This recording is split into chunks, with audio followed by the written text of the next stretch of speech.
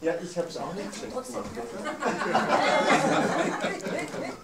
aber gut, ich habe es weiter gehabt, ich habe eine richtige Schlange im Hals. Sie machen das wunderbar. Ja. Grüß es nach.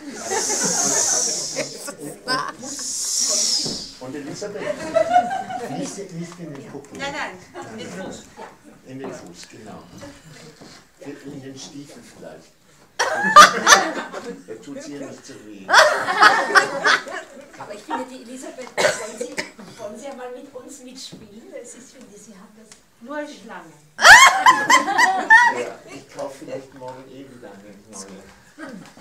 Aus Plastikschlangen. Aber natürlich, Sie können auch vielleicht Ensemble-Mitglied werden. Mit Nase? Die Nase kann Sie behalten. Jemand hat die Nase weg. Ja, sicher. Also das wäre auch schön. Ja. Okay. Und also, Elisabeth? Ja, also Anweisung. Donna, das soll jetzt weitergehen, weißt du. Und ich gehe raus, weil dann stirbt die Eurydike mit Musik. So, jetzt bringt es hinter euch.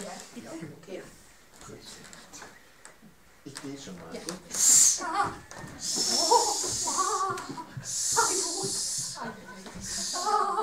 Du musst sagen, Hilfe, was Hilfe, was sehe ich? Ja, die Schlange, sie zwickt schon ein bisschen. Ja.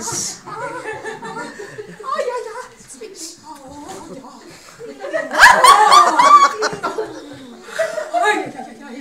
Elisabeth, weißt du? Du bist es! Elisabeth, ja!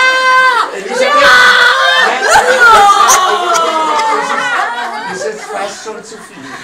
Elisabeth, komm, tu es jetzt! Ja! So, Dankeschön, Elisabeth. Habt ihr schon gebissen? Wunderbar. Das machen wir dann. Ich finde, es reicht. Elisabeth, einen großen Applaus.